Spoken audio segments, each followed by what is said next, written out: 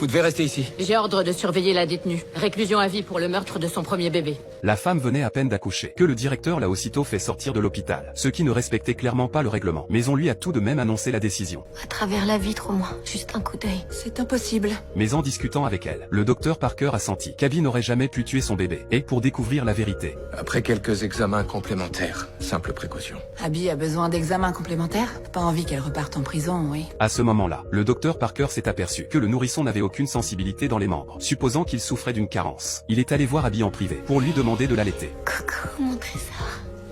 Mais une demi-heure plus tard, le bébé a présenté une tachycardie, un symptôme typique d'empoisonnement. Les médecins n'en revenaient pas. Abby aurait vraiment administré du poison. Après les analyses toxicologiques, leurs soupçons ont été confirmés. Il y a des traces d'antigel dans le sang du bébé. Les médecins ont alors informé Abby des résultats et ont signalé l'affaire aux autorités. Mais Abby refusait d'y croire, ce qui a provoqué une grave accélération de son rythme cardiaque. Son rythme diminue. Sa tension chute. Chariot de Réa!